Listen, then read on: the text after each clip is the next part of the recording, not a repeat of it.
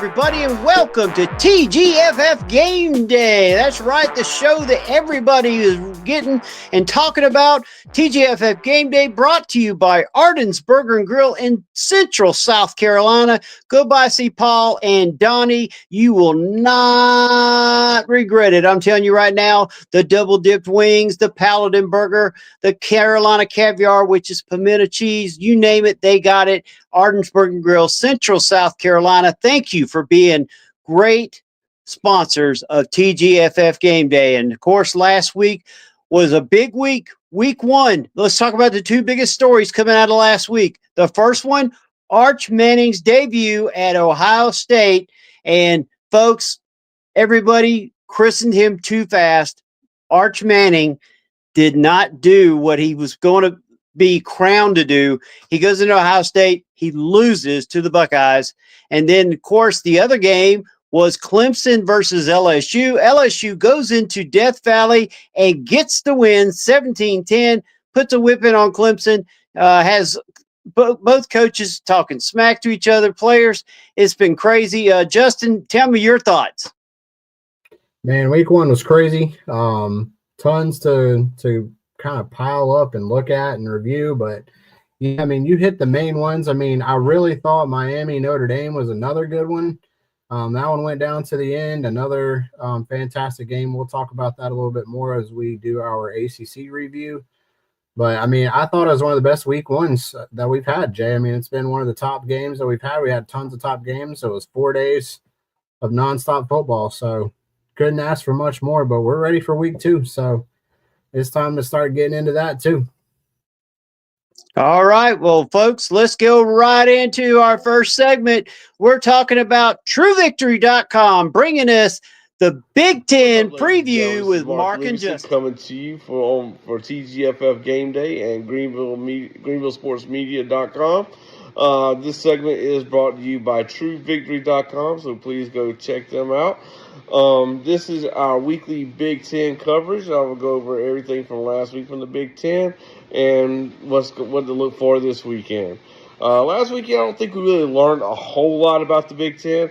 Yeah, Ohio State won their game against Texas. I don't know how impressive that was. Ohio State's defense was really, really good offensively. Don't think they really put any fear in anybody just yet. Julian Sion, still looks like he has some work to do. Jeremiah Smith, had a few drops. So, like I said, they won the game. They had the best competition. So hats off to those guys. Penn State looked very, very impressive against Nevada, but once again, that is Nevada. So, I'm going to still hold out the jury on those guys as well. So this week, though, we do have a slate of some interesting games. First one I'm going to talk about is Illinois and Duke. Illinois comes in, they came in on 1-0. Duke, they coming in under Manny Diaz trying to establish themselves. One thing that they do pride themselves on is their defense in Duke. Right now, Illinois, they come in as the favorites. However, I'm going to go with the upset on this one. I think Duke's going to force a couple of turnovers and come out with a big win over Illinois and Champaign. So I'm going to probably say Duke 21, Illinois 17 in that game. Oregon will be traveling to Oklahoma State this weekend. New quarterback Dante is going to be making his second start after a big win over Montana State. Should be a little bit of a test. I still like Oregon big in this game. Not super aware of what Oklahoma State has going on right now, but Mike Gundy doesn't seem to have the team that he normally would have. So I'm going to go big on this one. I'm going to put Oregon 42, Oklahoma State 21. The next game that we will go ahead and talk about is Iowa and Iowa State. Iowa and Iowa State, rivalry game played early this season. Iowa State, they played their first game in Dublin, Ireland against Kansas State. Definitely, was a bit trying. They looked a little bit sluggish, but first game of the season in a foreign country, I think that was set up to be a rough game. I'm going to go Iowa State on this one in a low-scoring game because you know how that Iowa defense is going to be stingy. But I think it's going to be a field goal to decide it. Give me 17-14 Iowa State. Now the game of the week is going to be Michigan and Oklahoma. Now this is going to be an interesting game right now. Michigan. Sharon Moore is going to be suspended again for this game, so they will be without their head coach. Bryce Underwood comes in after having a very very good game last week, so he's going to be expected to come out and play big in this one, as well as Justice Haynes as well. Oklahoma, though, I think Oklahoma's a bit of a different team from last year. Brent Venables is going to be the one calling the defensive plays again. They're going to definitely. It's going to definitely be a tough atmosphere to play in. I'm going to go ahead and put Oklahoma in this one. Give me Oklahoma 24 and Michigan 21. All right, so that, like I said, there are going to be other games going on. Those are the ones that I pinpointed to talk about. But like I said, I'm still keeping my eyes out on other teams. Penn State has a very, very light schedule going into conference play. So, I won't really be talking about them too much probably until they get into conference play. But they do have, I think they're the most balanced team in the Big Ten. So, even though they don't really have any real tests right now, I still like the Penn State Nittany Lions to take the whole Big Ten. But that's going to remain to be seen. It will continue to unfold. So, like I said, check me out this week, this Saturday. I will be on TGFF Game Day talking with Justin about this stuff as well. And like I said, keeping my weekly videos going, okay? Thank you guys, and enjoy the football. Oh, yeah, tonight is the Eagles. Go Birds. Mark, welcome again once to the show. We appreciate you joining us again. He's live again tonight, doing it from his the comfort of his own home this time instead of out there on the scene like he was last week. But Mark's gonna be heading over to Wofford again for us this week, man. Thanks so much for joining the show again, my guy. Yeah, appreciate you guys for having me. Let me bring Big Ten sports down here to the South. So yeah, but tomorrow I will be at Spartanburg Gibbs Stadium covering the Wofford versus Richmond game. But as a Penn State student, I always have to give love to the Big Ten, so I can show you how football is really supposed to be done. Couple of different games going on. This week's a little bit better of a slate. I know last week we didn't really have a lot that we could really talk about other than the Ohio State and Texas game. This game should be a little bit more competitive. First one we're going to talk about is going to be Michigan State. Michigan State's going to play Boston College. Aiden Childs was a little bit of a disappointment last weekend. He's supposed to be one of the big things coming into Michigan State, but still showing a little bit of inconsistency. Boston College had a big win last week over Fordham, 66-10. So both of them coming off of big victories. I'm going to have to go. I think Aiden's going to have a better game this weekend, and so I'm going to go with Michigan State over BC in that one. I like that. That's a good take, Mark. I mean, Boston College couldn't have played much better than what they did last week. I mean, breaking in the new quarterback.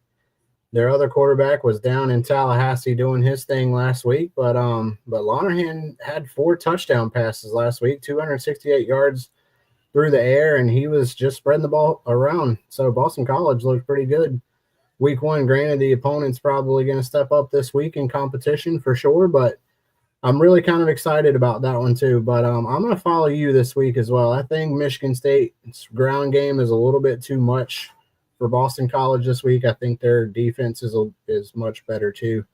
So I'm also going to take the Spartans this week in that one. Oh, cool.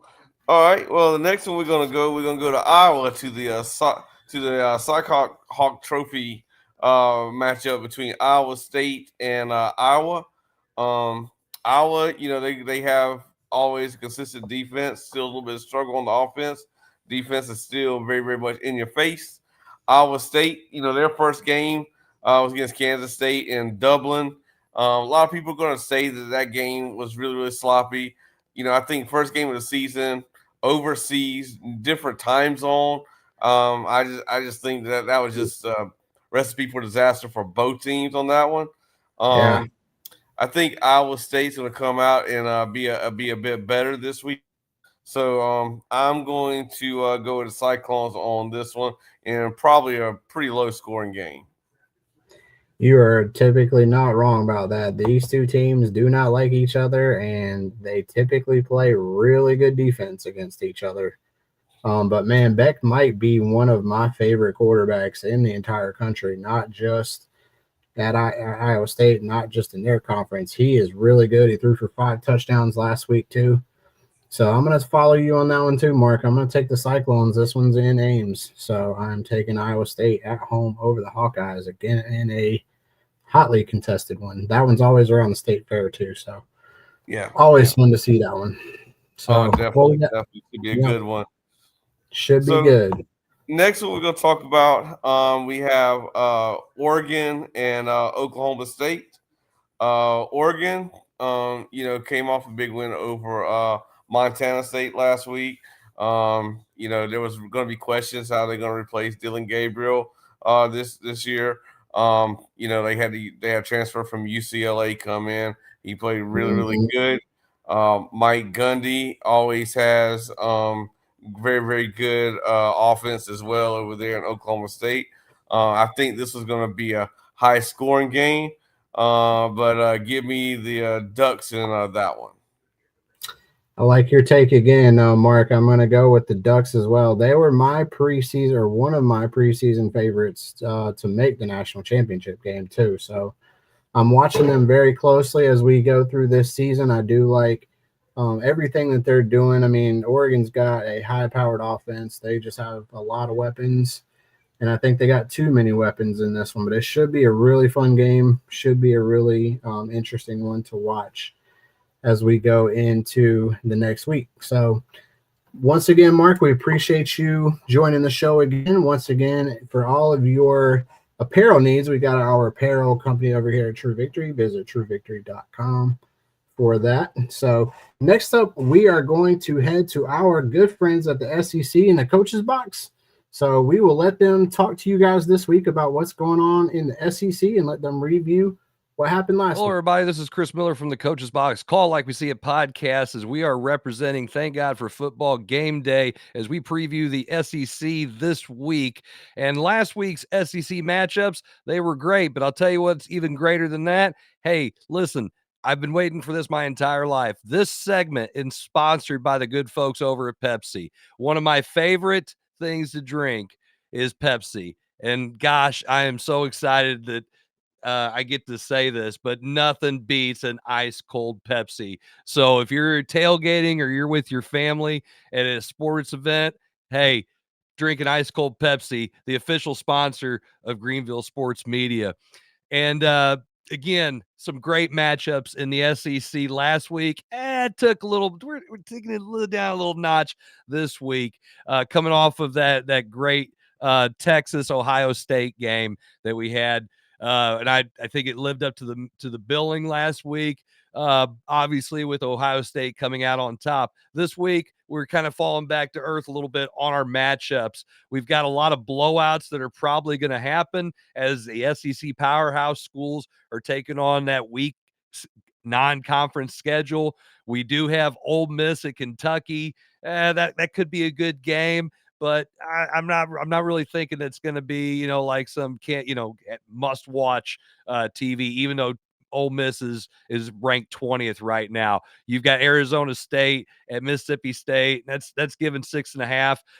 That's not really a big matchup. So here's our matchups to really watch. And the first one's going to be kind of like, oh, really? Again, not the best matchups this week in the SEC. We've got Vanderbilt at Virginia Tech.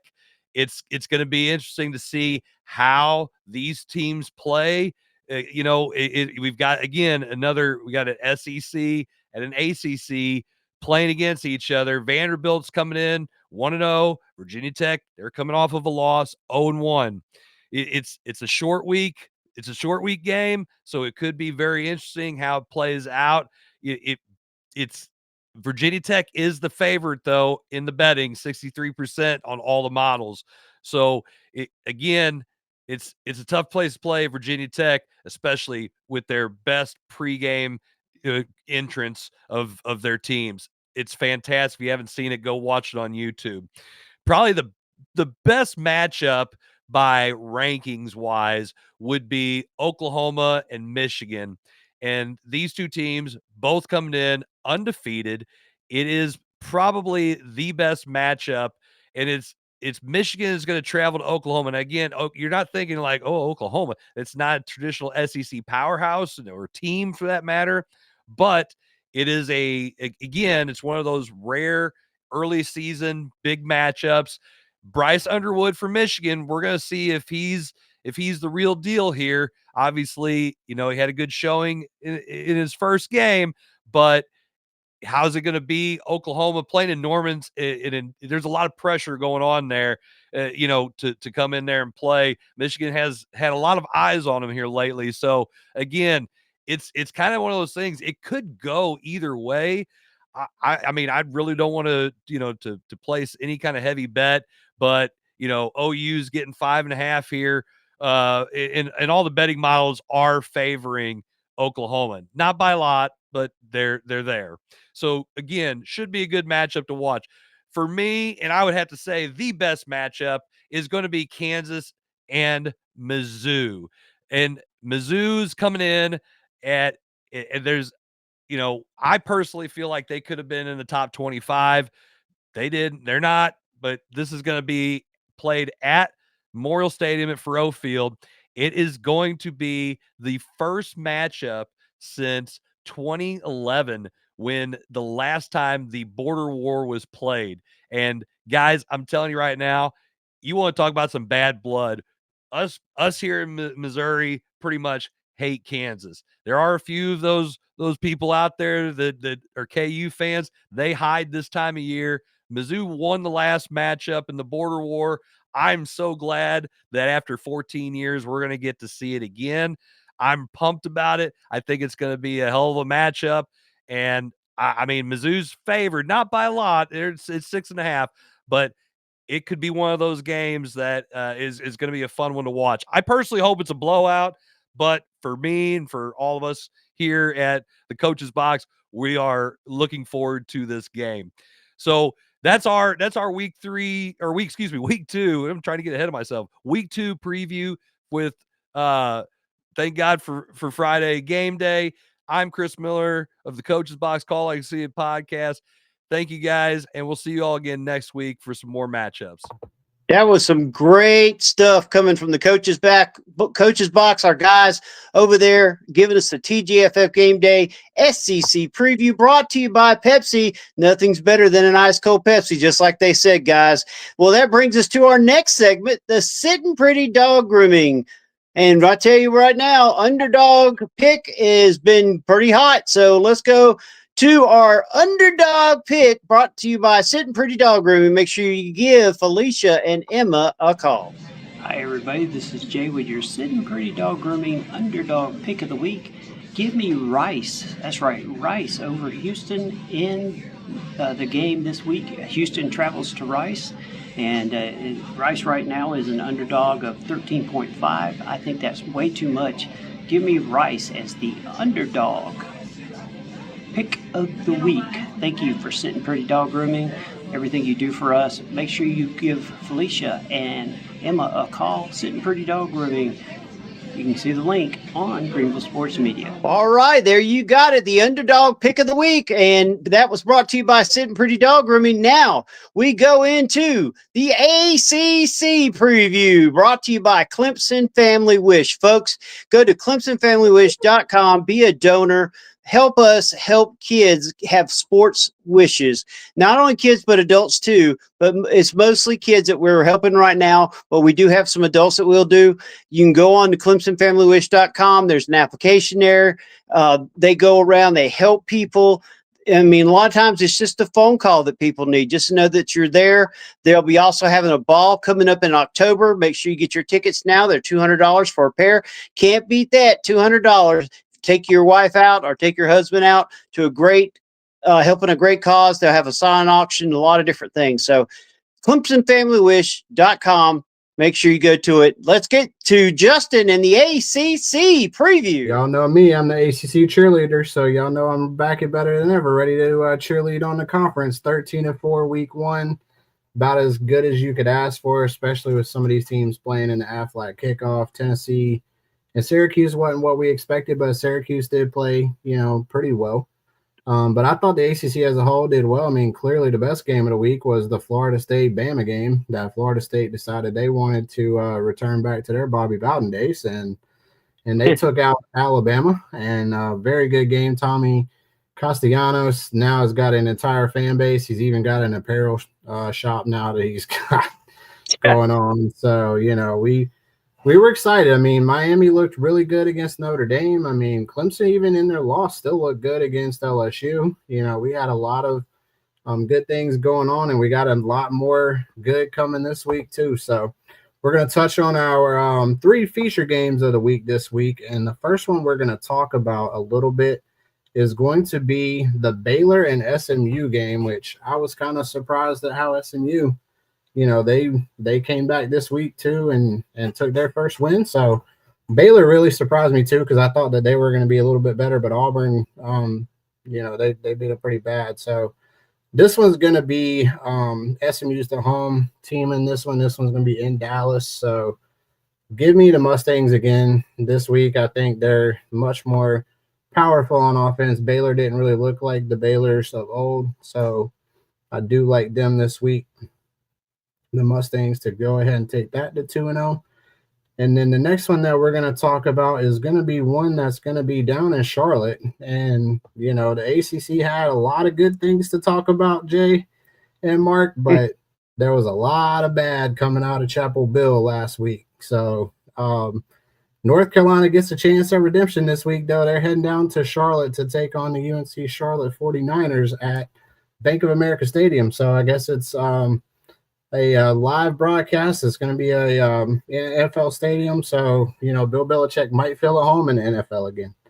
So I'm going to take the Tar Heels this week. I think they get it done. I think they they're too good. They're too talented to lose to this team.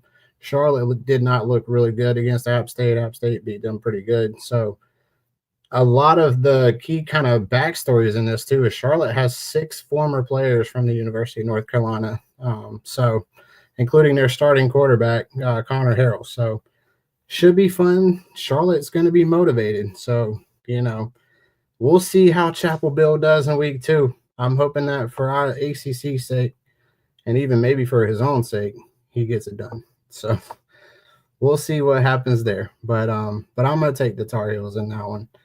And then Virginia Tech's going to take on Vanderbilt. This one's going to be in Lane Stadium. Virginia Tech playing an SEC opponent for the second week in a row. And they did not play as well as they would hoped against South Carolina. South Carolina's defense looked really good last week. But I do think Virginia Tech still has enough. I think Kyron Jones is really a good quarterback. I think he just got limited against a good South Carolina defense last week. And I do think that he's going to play. He's going to play a lot better this week. But I do really like Vanderbilt, and the reason I like Vanderbilt in this one is their quarterback, Diego Pavia, is really, really good football player. So if y'all have not seen him, make sure you check him out because he's really, really good, really talented. And I'm going to take the SEC again over the ACC. But next up, we are going to head to our next segment of our show. The next segment of our show. And once again, we do like to thank Clemson Family Wish again. They are our newest sponsor for this season, so we really do appreciate them. But next, we're going to hit up our friends over at the Clemson Wine Bar is going to sponsor our next segment, and we are going to be looking at the Army game this week from our friends over at Sideline Sports Army. So we appreciate them. And then once again, we appreciate our friends over at Clemson. Thank God for football. I'm Cuthbert from SSN Army, and with week 2 upon us, let's dive into the American Conference slate. What we saw in week 1, what we can expect this week. Before we get into that, I just want to say thank you to our sponsor, the Clemson Wine Bar, a neighborhood social eatery and gathering place to experience great wine and great food. Look them up if you are in Clemson, South Carolina. They got bites and pours. They can do special events. Really a fantastic establishment.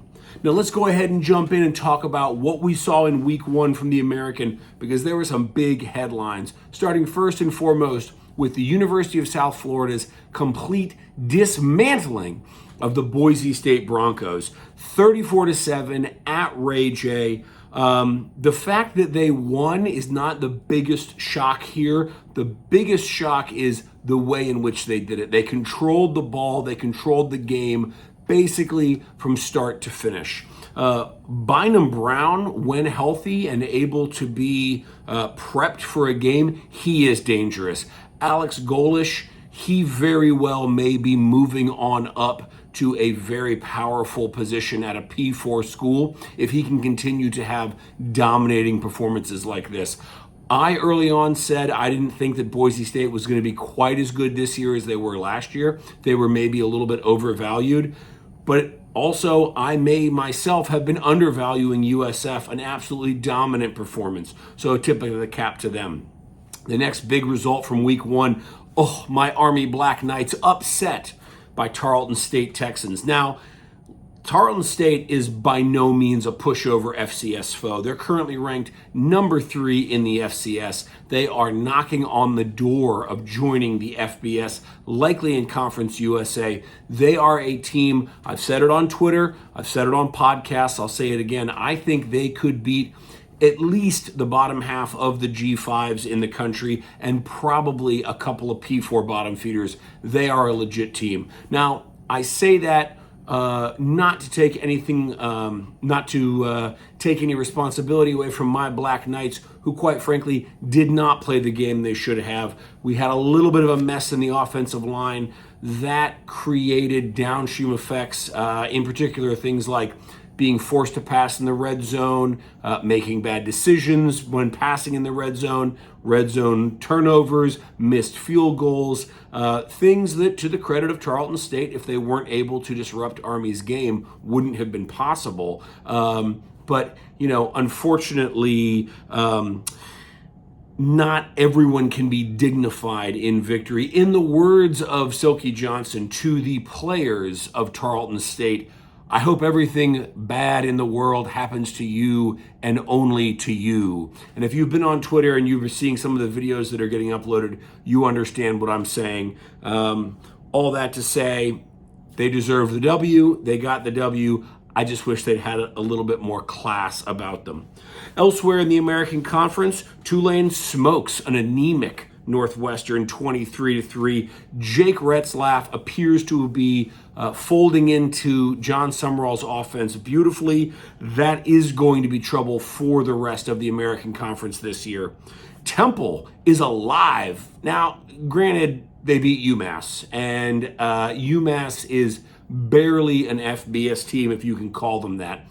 But Temple beat them 42-10. And if you're playing a bottom feeder, you should be beating them 42-10. So, listen, great start for new head coach Casey Keeler. I'm not thinking that Temple is going to be a world beater this year, but this is definitely the best start. And speaking of teams not expected to be world beaters who, turned some heads in week 1, Rice beats Louisiana 14-12.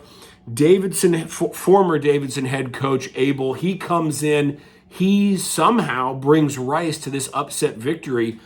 I think we may potentially be seeing a shift here in the American Conference where some of those teams who are at the bottom begin to move their way up. I spoke last week about all the new head coaches and all of this conference probably had the best hirings for head coaches across the board. We could be seeing that here in the next couple weeks. Some of these teams that were really, really low at the bottom working their way up. Elsewhere around the league, East Carolina, close loss to hated rival NC State. They started very slow. The game was well out of hand by halftime, at least from the looks of it. ECU, valiant comeback, were not able to bring it all the way. They did end up losing, so not terrible for them. It doesn't look like they are really off base as a team with some of the preseason projections, but that was definitely a very, very slow start. University of Alabama, Birmingham, the Fighting Trump Dilfers, they were able to beat Alcorn State. They did have to come from behind to do it. I know at least midway through the third quarter, when I was making my video for Thank God for Football last week, they were losing. It was very unclear what we thought was going to happen. They were able to pull it out, but not great news from UAB that you're having to claw your way back to victory against Alcorn State late in the third quarter. Appalachian State beat Charlotte, beat them soundly. This game was played at Bank of America Stadium in Charlotte. That's the NFL stadium that the Charlotte Panthers play in. I will say, I think if this game is played at the Jerry on campus at University of North Carolina, Charlotte, I think it's a much closer game. And this week, UNC, the hapless Tar Heels, poor old Bill Belichick, who just got dog-walked by TCU last week, they are coming into Charlotte. And, with Tim Albin, who's the new head coach from Ohio University, I understand that he's 0-1 now at Charlotte, but he is a fantastic head coach. UNC, who knows what is going on in that program right now, the way they were just embarrassed on national television. Maybe Charlotte steals a win this week. UTSA drops a tough one to Texas A&M. I had said that one was probably going to be a toss-up for UTSA, even to be competitive. They weren't particularly competitive. FAU trounced by Maryland. That was tough. We're expecting this year that FAU have a strong offense and negligible defense, but it didn't look like they had anything against the Terrapins last weekend. Navy smokes FCS bottom feeder Virginia Military Institute. I love the Virginia Military Institute. I'm originally from Virginia. They are not good at football. They have not been good at football for a long time. There are a lot of Navy fans popping their collars about how they beat VMI and Army lost to Tarleton State. All I can tell you is Tarleton State would beat VMI twice on Saturday and again on Sunday. These things are not the same. I am not impressed by y'all beating the Keydets, despite the place I keep them in my heart. Memphis, University of North Texas, Tulsa, they all won just as they should have against their FCS foes. That wraps up week one. Now let's look at week two. Our game of the week this week, USF, the South Florida Bulls, travel to the Swamp to ranked number 13, the University of Florida. This is a huge game. Now, USF is receiving votes in both the AP and the coaches poll. They are going to Florida. I honestly think this game might be a little bit of a coin flip. I think USF may be a little overrated right now because of what they did to Boise State. It's one of those weird sort of A to B to C where I think Boise State was maybe overvalued. So therefore, USF's victory over Boise State makes them overvalued. But watching that game, I see a lot of talent on the field, and I'm seeing a lot of pieces finally start to come together for Alex Golish. If they can put that together again this week against the University of Florida, who is chronically overrated, that would be absolutely huge, not just for their program, not just for the American Conference, but just for college football in general. As a resident of the state of Florida, I can tell you right now that between Miami, UCF, USF, FSU, and Florida, there's quite a bit of animus as to who is the big dog on the block. And if USF can knock off a ranked Florida in Gainesville, this will be truly a historic. They will hang plaques. They will hang plaques at USF if they can pull this game out. Other top games, we've got Army going to Kansas State. Based on last week's game against Tarleton, you would think Army is a shoo-in to lose this game. I wouldn't be so sure. I mentioned earlier that Army's major issues were stemming from their offensive line. Truthfully, if they can get those cleaned up, quite a bit of the issues against Tarleton State, they get resolved. Meanwhile, Kansas State is 1-1, having lost to Iowa State abroad in week 0 in Ireland, and then having to come from behind to beat the University of North Dakota. Now, University of North Dakota, another very strong FCS team. We just lost to a very strong FCS team. I don't want to throw stones, but I think Army might be able to use this as a bounce back, and they could maybe sneak off with a win. Call me crazy. After that, we've got Texas State going to UTSA. This is a big in-state hated rival. Texas State, they are jumping to the Pac-12 next year. They, much like every team going to the Pac-12, they're a little big for their britches. They think they're better than everybody else, that they're the big dog on the block. UTSA, coming off a loss at Texas A&M, they are very improved this year. They are expected to do good things. I think UTSA is going to pull this out. They're playing at the Alamo Dome. They have a fantastic record when they're at the Alamo Dome. As I said, high emotions, high pressure, big game, hated rival. I think UTSA rises to the occasion, and all of the Pac haters on Twitter get to celebrate as Texas State falls. And the last one I'm going to name is really out of left field, because I'll tell you what, 2 weeks ago, nobody would have said this. And that's Houston traveling to Rice. Now, as I mentioned, Rice went to Louisiana as an underdog, and they beat the Ragin' Cajuns 14-12 last week. I'm not saying that they're going to beat Houston. What I am saying is this might be a very interesting game to watch, because if Rice can pull this out, this would be a tremendous shift in the dynamic between the P4 and the G5 and what's going on internally within the American Conference. Rice could potentially shock the world here. I'm not saying that they will. All I'm saying is this is a game to keep your eyes on. In other news around the American this week, as I mentioned, Charlotte hosts UNC. This could be huge. One, Belichick might be starting 0-2. He might be doing it by losing to Charlotte, a team that's got no gravitas. It's got no weight in terms of being a powerhouse. But as I have said on this very show, a team that is up and coming. Navy's got a patty cake in they're playing UAB. Leave it to Navy with this soft schedule. They play VMI, they play UAB. They're afraid to play any real good teams. So what are you going to do there? University of North Texas, they are playing Western Michigan. This is an American MAC matchup. I think North Texas is probably going to win it. Western Michigan has been down in recent years. I think North Texas is going to do it. And then we've got some, expected FCS walkovers. Memphis is going to be playing Georgia State, Tulane against South Alabama, and Tulsa against New Mexico State. Now, I know that not all of those schools are actually FCS schools, but as an AC homer, as an American Conference homer, we basically consider those to be FCS. So those should be walkovers. But thank you so much. Thank God for football. Go Army, beat Navy. All right, welcome back into the show, guys. Thanks so much for our friends over at the Sideline Sports Network Army. And talking about the Army football team, they're struggling a little bit week 1, but they look to rebound again this week. So our next segment, though, is going to be our good friends over at Beef and Rib in Westminster, South Carolina.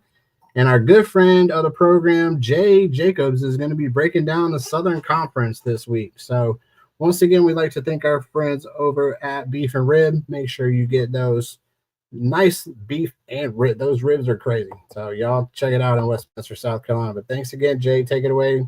Let's talk about SoCon. Hey everybody, this is Jay with TGFF Game Day, giving you our Southern Conference look. And this week we're going to start it off with, of course, going to Tennessee Tech, a team that will be a part of the Southern Conference next year. They welcome in UT Chattanooga. UT Chattanooga, after a disappointing loss last week, goes into Tennessee Tech, and I think they get it done. They get the win and get back to 500. The next game we go to is Ferrum Panthers versus the VMI Cadets. Give me VMI getting their first win of the year over Ferrum. And this game will be close. Looking at like a 24-21 game. The next game we want to talk about is Western Carolina going to Wake. I was at Wake last week and was able to see this team versus Kennesaw State. Western Carolina, disappointing game last week. Everybody's wanting to know what is up with Western Carolina, UT Chattanooga, Mercer. The Southern Conference took a huge hit last week. But give me Wake over Western Carolina this week. I just think Wake has too much for Western Carolina. I think Western Carolina plays a better game, but they will not be able to handle Wake Forest.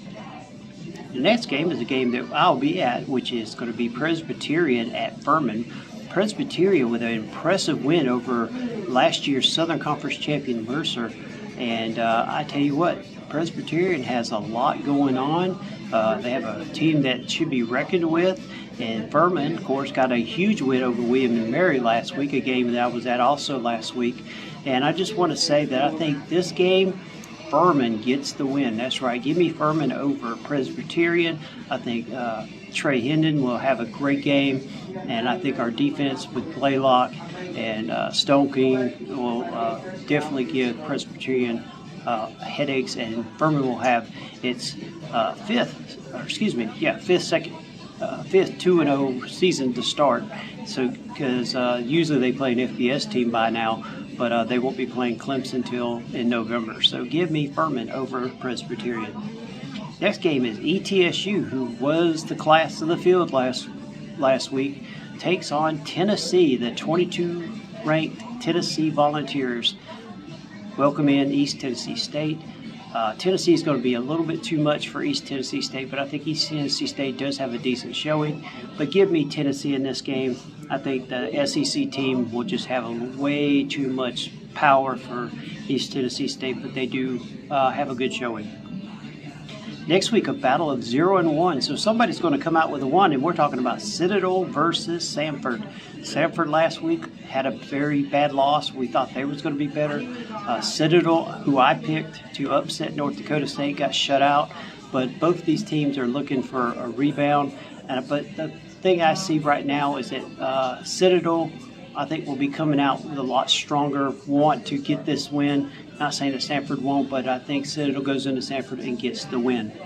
The next game we talk about will be Richmond going into Wofford this coming Saturday night at 6 p.m., a game that our buddy Martin Livingston will be at. This game, I tell you, Richmond is a team to be reckoned with in the FCS, and I really think that they're going to give Wofford everything that they can handle. So give me Richmond over Wofford. I'd love to say Wofford in this game. I hope they do win, but I think Richmond's going to have just a little bit too much power in this game, and that's how that's going to work. So this week, give me UT Chattanooga, give me VMI, give me Wake Forest over Western Carolina, Furman over Pres, Tennessee over ETSU, Samford loses to Citadel in the upset of the week, and give me Richmond over Wofford. This has been Jay with TGF Game Day, brought to you by Arden's Burger and Grill in Central South Carolina. Welcome back. My stomach's full from the beef and ribs. Our good friend Jay did his fantastic breakdown of the Southern Conference. I'm still waiting to get the actual live ribs, though. I think we're going to have that at some point on the show, but, we're going to have to try them out at some point. But next up, guys, we are going to be doing our roundtable picks of the week. As you guys can see, we have all of our pick'em games there scrolling across the bottom, and we are going to touch on those games, and we're just going to go roundtable. So we're going to start very first off with a game in Raleigh, which is going to be a noon game, 12 o'clock kickoff. So the fans there should be rowdy, but we're going to start with Jay, and I'm going to let him talk UVA and NC State, a non-conference game. I tell you what, this game up until today, no one knew which way to go because we didn't know if the quarterback from Virginia's shoulder was going to be able to withstand some hits and they was going to probably keep him out. But he is what we understand going to be playing. So give me Virginia over NC State in this game. I like it. Mark, what you got? What's your take on this one? Yeah, well, Virginia looked really good against Coastal last week. If their quarterback's healthy and he's playing, then I'm going to have to go with UVA on this one.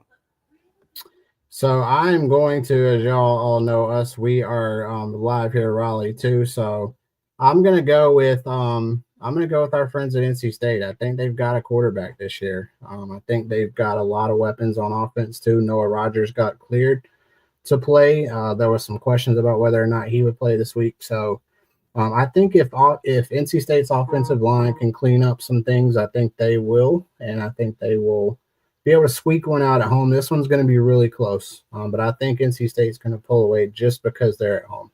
So give me the Wolfpack this week. And this is one of my favorites too. It's the Battle of Tennessee. We're going to do East Tennessee State and Tennessee. Jay, I'm going to let you take this one first since you're in the SoCon. ETSU, one of the only teams other than Furman that actually won last week in the SoCon, played a pretty good game. I really look at this game as can K McNamara do what he did at Iowa at Tennessee? Yeah. I don't think they have the weapons. I mean, they could probably stick around for a half. I don't think they have enough firepower to do a whole game. Give me Tennessee in this game by at least 15 points. Mark, what's your thoughts on this one? Yeah, I was kind of thinking the same thing. I mean, K McNamara, like I said, it's not like they got a quarterback who sat the bench at a big-time school. He actually was a starter for Michigan, starter at Iowa. So, they did bring over Charlie Browder, who's their starting tight end. ETSU, he came over from Central Florida and followed Josh Heupel to Tennessee as well. So, they got good quality transfers in the portal. I think that's going to be good enough to keep them in the game. But, I think Tennessee pulls away in the second half. I as well. Josh Heupel's offense never ceases to surprise me. I thought they lost a lot of weapons last year, but they came back and brought them all. Brought in a potent offense again. So I'm going to take Tennessee. And this one, I don't think it's going to be close. So the next game that we're going to talk about, I think is going to be actually pretty interesting for us. I'm going to talk USF and Florida next. And so, Mark, I'm going to let you talk them a little bit this week. What's your thoughts on that game? Well, that's going to be kind of interesting. You got Florida, they're coming off of a pretty successful year. DJ Lagway at quarterback. Billy Napier saved his job last year by closing out strong. South Florida looked really, really good, though, against Boise also last week. So that one there, I kind of went back and forth. But I'm going to go with Florida on that one in a pretty close one. All right, Jay, who you got? You got the Bulls or the Gators this week? Like Mark, I went back and forth for simple fact. USF is really playing complementary football. They're just firing all cylinders. But can they fire on all cylinders against Florida? Now, people can say Boise State's better than Florida. If that's the case, then this could be a game for USF.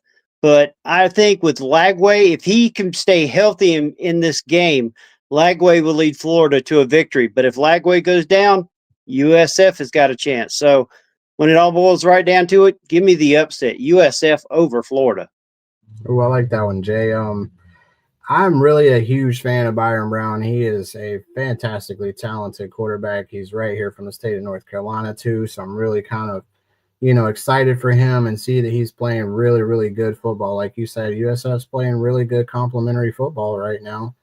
And they looked really good against Boise State. So, Jay, I'm going to follow you on this one. I'm going to see how much we can do, but I'm going to take the Bulls this week. I do like Byron Brown. So he's a senior and Lagway's just a sophomore. So I'm going to take the experience over the youth. So I like that. So the next one's going to be a game that I will be at live covering tomorrow. We're going to be talking a little bit of Western Carolina and Wake Forest. So these two teams really are coming together at the right time. Wake Forest got a really sloppy but much needed win to start off Coach Dickert's era. And we're excited to be back for this week, and we're going to be talking to them. So, Mark, who are you going to take in the Battle of Western Carolina Wake Forest this week? Well, the question for Western Carolina is, where's Teron Dickens? If he's playing, he's a difference maker. I had him as SoCon Player of the Year. Had him, had Western Carolina was my preseason pick to win the SoCon. Western Carolina coming off a loss to Gardner Webb last week. Offense looked really good, but like I said, Wake Forest's defense played really, really good against Kennesaw. And if Dickens is not playing, Western Carolina is not the same team.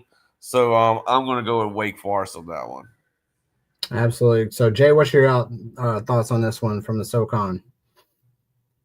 Give me Wake Forest in this game. It's going to be close, though. I regardless of who's at quarterback for Western Carolina, I think Wake Forest still is going to have trouble with them.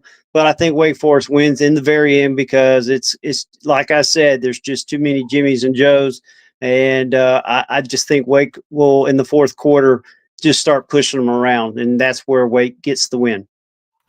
Yeah, we're going to be excited to be out there. We'll be out there starting our coverage live tomorrow at 11 a.m.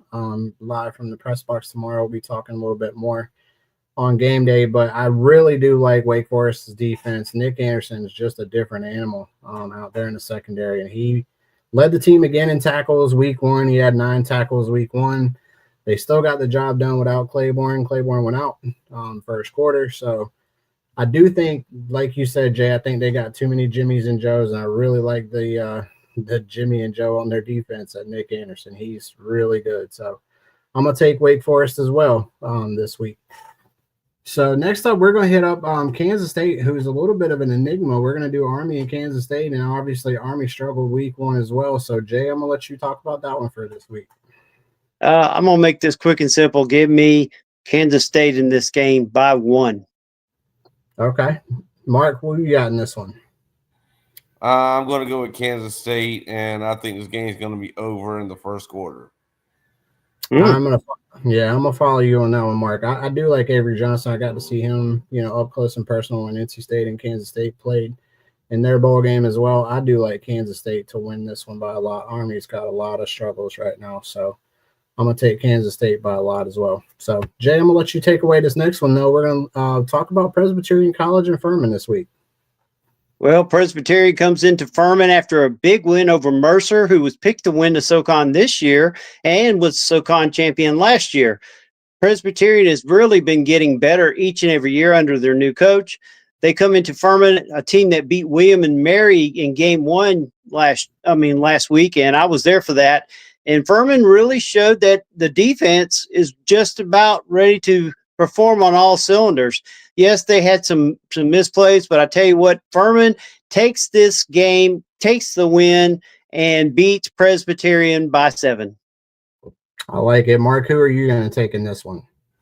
Well, when I first started working here at GSM, my first team I covered was PC.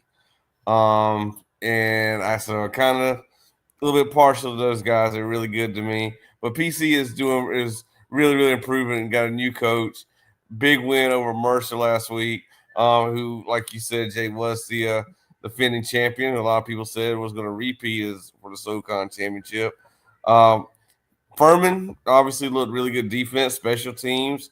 Devin Hester Jr., who I really thought I really got mistaken for a second. That I thought, man, is that the real Devin Hester's son there? I had to get corrected on that one.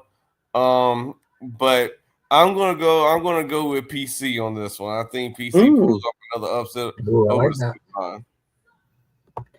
Yeah, y'all boys just bringing up too many bad memories. The last time of me of a student at NC State was Devin Hester taking the opening kickoff on College game day, and seeing his son do the same thing. It's just great. Or sorry, his family. I mean, Devin was good, but his that punt return was great. I'm still taking Furman though. I like Furman in this one. So I think they got too much Jimmies and Joes again. So. The next one we're going to talk about, though, is our game of the week, and it's going to be probably the game of the week nationwide. We've got Michigan and Oklahoma.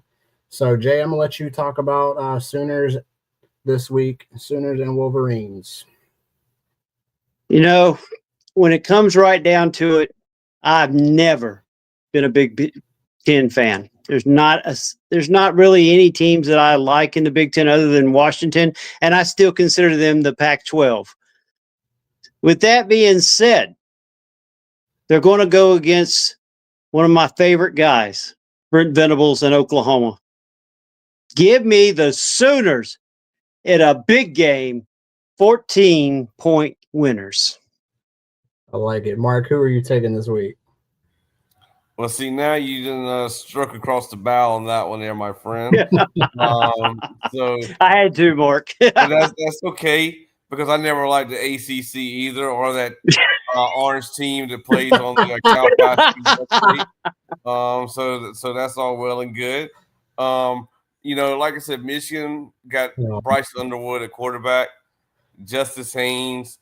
Sherrod Brown is suspended. I'm a Penn State fan, so I don't like Michigan at all. Brent Venables, though, I do know is taking over the defense. I think they're going to be a lot more improved. But I'm going Michigan on this one. Wow. You heard it there, folks. Penn State got picking Michigan. Penn State got taking the Wolverines. That's another one. Well, I'm gonna make this one pretty short. Most people will tell me I'm more closer to Boomer than Sooner, so I'm gonna still take Boomer Sooner this week. So I do like Oklahoma. I like Brent Venables. I think he's getting the job done there. I think Oklahoma's finally starting to get enough talent there to compete. So I'm gonna take Oklahoma. I'm like Jay. I just can't pick the Big Ten. Sorry, Mark. I know you're a big Big Ten dude, but I like Oklahoma this week. So once again, we'd like to thank our friends over here at the Lake Hartwell, Point RV at Lake Hartwell. Thank y'all so much for sponsoring our picks of the week. So there you have it, our round table picks. So Jay, I did hear some things. We were at Wake Forest and I heard some rumblings from the outhouse last week. I think he made an appearance somewhere at Lawrence Joel. I don't know where he's at this week, but we never know what's going to happen with Bobby. But Bobby's going to make his appearance again for season 2. So we're going to let Uncle Bobby make his pick of the week, and it is going to be brought to you this week by Cheerwine. So take it away. Hello, everybody, it's Uncle Bobby. And this week, of course, who am I going to pick? I'm picking my Tigers. Go Tigers over Troy. That's right, the Tigers of Clemson over them Troy Dogs. All right, Uncle Bobby, I appreciate those picks, and thank you from Cheerwine. That segment was brought to you by Cheerwine. There, so if you are out and about, definitely stop by and grab a good Cheerwine for a good cold drink. Also, I just want to also let you guys know the TGFF Game Day is brought to you by Greenville Sports Media. Please like and subscribe. Also, we have all kinds of different articles going on from week to week, anywhere from soccer to lacrosse, football, basically all sports. We'll definitely be covering. But yes, so thank you guys for tuning in today. Enjoy the football this weekend. And God bless you and have a great rest of your evening. Go Tigers. TGFF, pick up a football game day. TGFF, pick up a football game day. TGFF, pick up a football game day. TGFF, pick up a football game day. You have tuned in to another episode of Thank God for Football, brought to you by the Fanboys, powered by Greenville Sports Media.